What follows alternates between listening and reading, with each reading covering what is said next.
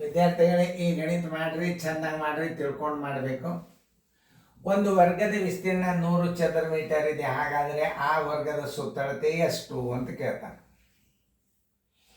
ಆಮೇಲೆ ಆ ವರ್ಗದ ಭುಜ ಎದರ ಸಿಕ್ಕೊಂಡು ಕೂತದ, ವಿಸ್ತೀರ್ಣದಾಗ ಸಿಕ್ಕೊಂಡು ಕೂತದ, ವಿಸ್ತೀರ್ಣಕ್ಕೆ ಏನು ಮಾಡಿದ್ರೆ ಭುಜ ಬರ್ತದ ಅದನ್ನು ನೀವು ತಿಳ್ಕೊಂಡು ಮಾಡಬೇಕು.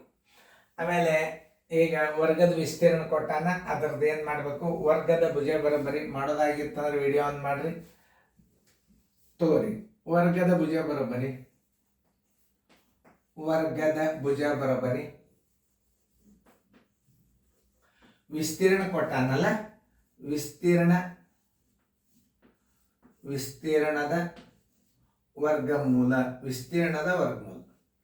ಆಮೇಲೆ 100ದ ವರ್ಗಮೂಲ ಹೆಂಗೆ ಕಂಡು ಹಿಡಿಬೇಕು? ಈಗ ಬಾಯಿಲೇನು ಹೇಳ್ತೀರಿ ನೀವು, ಬಾಯಿಲೇನು ಸರಳೆ 10 100 10 ಇಟ್ಟು ಬಿಡ್ತೀರಿ ನೀವು. ಆದರೆ ಇನ್ನೊಂದು ರೀತಿ ಒಳಗೆ ಇಂಥ ಸಣ್ಣ ಗಣಿತಗಳು ಬಂದಾಗ ನಾವು ವರ್ಗನ ಹೆಂಗೆ ಕಂಡು ಹಿಡಿಬೇಕು ಅನ್ನೋದು ನಿಮಗೆ ನಾ ತಿಳಿಸ್ತಾನೆ. ಈಗ ನೋಡಿ, ಈಗ 100 ಇಡ್ರಿ, 100 ಇಟ್ರೆ ಸಣ್ಣ ಗಣಿತಗಳು ಬಂದ, ದೊಡ್ಡ ಇದ್ದಾಗ ಭಾಗಿಸು ಕ್ರಿಯೆಯಿಂದ ಇದು 2ರಲ್ಲೇ ನೋಡ್ರಿ, 2 50 ಆಮೇಲೆ ಮತ್ತೆ 2ರಲ್ಲೇ 2 25 ಆಮೇಲೆ 5ರಲ್ಲೇ 5 5 ಮತ್ತು 5ರಲ್ಲೇ ನೋಡಿ 5 1. ಈಗ 2ಗಳು ಎಷ್ಟವ? 2 1 ತಕ್ಕೋರಿ.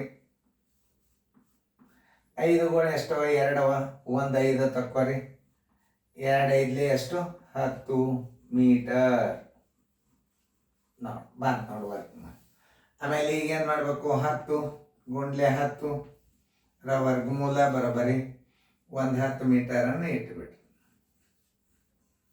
ಸುತ್ತಳತೆ ಬರೋಬ್ಬರಿ, ವರ್ಗದ ಸುತ್ತಳತೆ ಬರೋಬ್ಬರಿ, ವರ್ಗದ ಸುತ್ತಳತೆ ಬರೋಬ್ಬರಿ,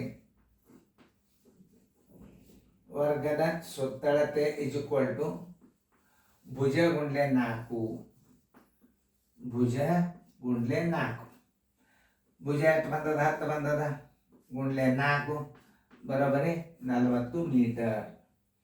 ಉತ್ತರ ಬರೋಬ್ಬರಿ ಎಷ್ಟು? 40 ಮೀಟರ್. Answer 40 metre. 40 ಮೀಟರ್ ಎಲ್ಲಿದೆ ನೋಡ್ರಿ, ಉತ್ತರ ಹುಡುಕ್ಯಾಡ್ರಿ.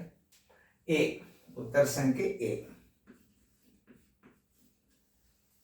ಒಳ್ಳೆ ರಿಪೀಟ್ ನೋಡ್ಕೊಂಡು ಬಿಡ್ರಿ ಗಣಿತಗಳನ್ನು, ನೀವು ತಾವೇ ಬಂದ್ಬಿಡ್ತಾವ ನೋಡಿ. ಇಂಥ ಸಣ್ಣ ಲೆಕ್ಕ ಕೇಳ್ತಿರ್ತಾನೆ. ಏನು ನೋಡಿ, ಇದು ರೀತಿ ವರ್ಗ ತೆಗೆದು ವರ್ಗಮೂಲ ತೆಗೆದು ಈ ರೀತಿ, ಇದು ಒಂದು ಗುರ್ತಿರ್ಲಿ. ನೀವು ಬಾಯಿಲೇನೆ ಇಡಾವ್ರಿರ್ತೀರಿ, ಸಣ್ಣ ಇದ್ದಾಗ ಹಿಂಗೆ ಮಾಡ್ಕೊತ ಬಿಡ್ರಿ, 2ಕ್ಕೆ 1 ತೆಗೆದು ಬಿಡ್ರಿ. ಈಗ 625 ಕೊಟ್ಟಿದ್ದ, ಅವಾಗ ನೀವು 5ರಲ್ಲೇ 3ರಲ್ಲೇ ಹಿಂಗೆಲ್ಲ ತಕ್ಕೋತ ಬಂದು